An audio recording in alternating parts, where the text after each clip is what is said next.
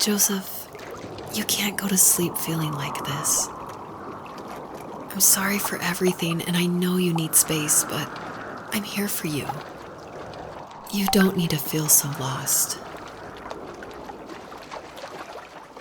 Joseph, have I ever told you what my mother was like?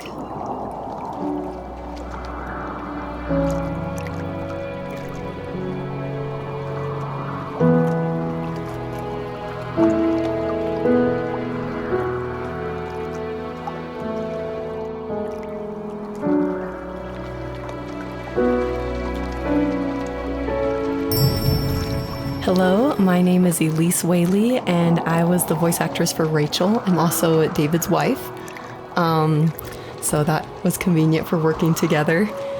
I was actually the voice actress for his first game, Home is Where One Starts, and I guess that I did a good enough job that David wanted me back, so I did the voice acting for this one as well. David definitely coached me through it because I'm pretty inexperienced when it comes to that. Home is Where One Starts was my first time ever doing voice acting of any kind. And we watched a lot of trailers of movies we liked to get the voice right of female leads who were talking in the trailer and try to mimic that and bring that into the game so that had the right kind of feel and the right kind of atmosphere for the voice. My character actually is the same character from Home is Where One Starts. If you've played that game, you probably connected that together. And this is her probably about 15 years later, maybe 20 years later in this game. I was happy to revisit the character of Rachel. We kind of leave her in an ambiguous spot in Home is Where One Starts. It definitely ends on a hopeful note, but there's not a lot of details. And in this game, you see that she's able to move on through a lot of her issues that she had from her abusive home and be able to start her own family and start a new cycle without that abuse, which I think is really inspiring. You know what it's like not to have a mom at home. And you know how hard that made my childhood. What helped me was watching the birds in the morning before the school bus came. I thought that my mother was one of those birds, and it made me want to be free like her.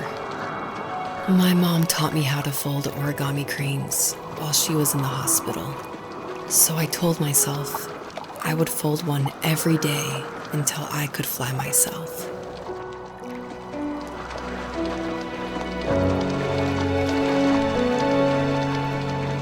I think we both have always loved animals, and for me that love started with a dog. Sometimes this Rottweiler would come up to our property line and wait at the fence for me, but only once in a while. I was sure to check every day immediately after school, and it usually ended in disappointment. I would even steal money from my passed-out dad just so I could buy these off-brand dog biscuits. Even when she did stop by, she never went beyond the fence. Why was she so scared?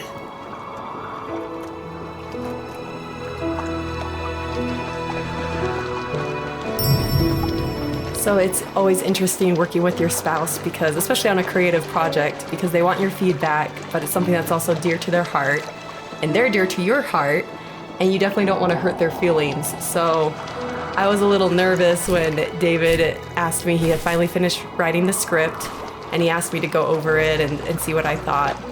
And I had minored in English. I majored in art, but I minored in English, so I felt like I had a little bit of experience. But I was definitely like a little scared because you don't want to be too harsh, but you also want to be honest. And it was the biggest relief when I read the script, and I was like, oh, good. My husband's a good writer. I don't have to change that much about this, just a few like grammatical things. And that was just like the biggest relief for me because it can be a tricky balance working with your spouse and making sure that that honesty is there, but also that love and the support is there as well. I think my dad was the opposite of your dad in almost every way, except he was in the military as well. He coped with alcohol of every kind. The trailer started falling apart, he got angry, and I withdrew.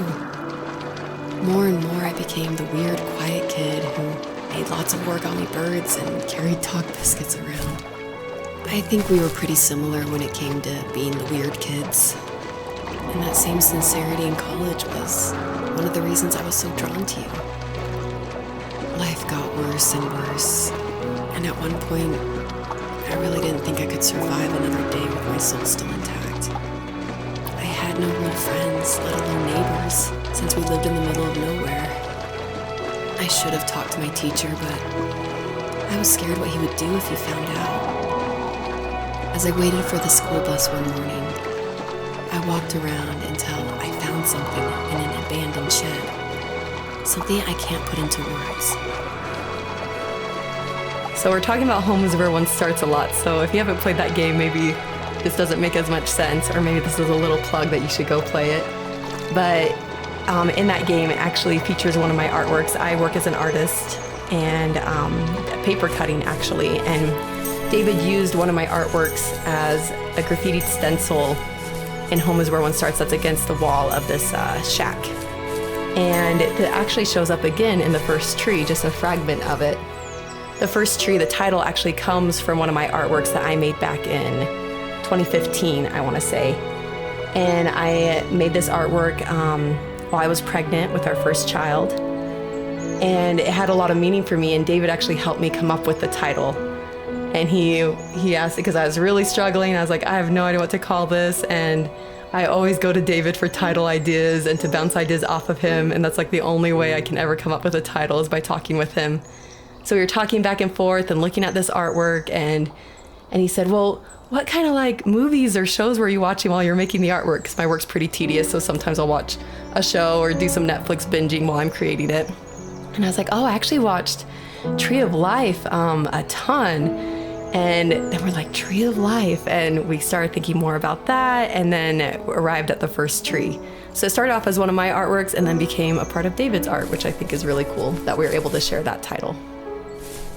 I summoned courage I didn't know I had, and I broke into my dad's room and found the key to the shed where he had locked my bike.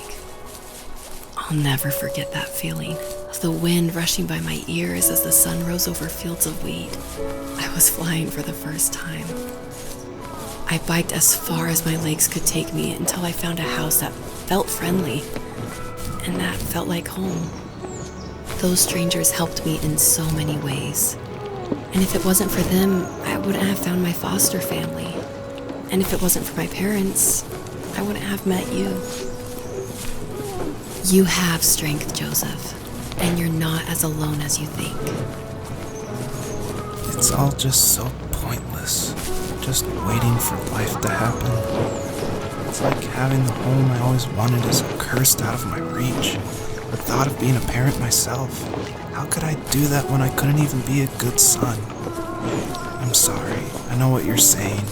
I just don't know how things will work out. These quiet hours will turn into years. We'll wonder which roads passed us by. Then we'll forge a new road together. Besides, I discovered for myself that one fateful morning where any hopeful road leads to.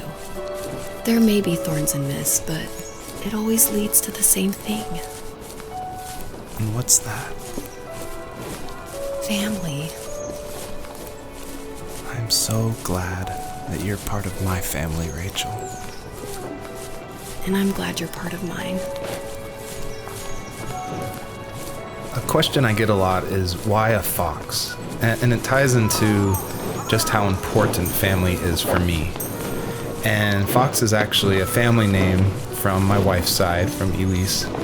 And she always heard about the legacy of the Fox family. And because of that, growing up, it was her favorite animal. She even made these 2 wooden foxes for our wedding cake toppers.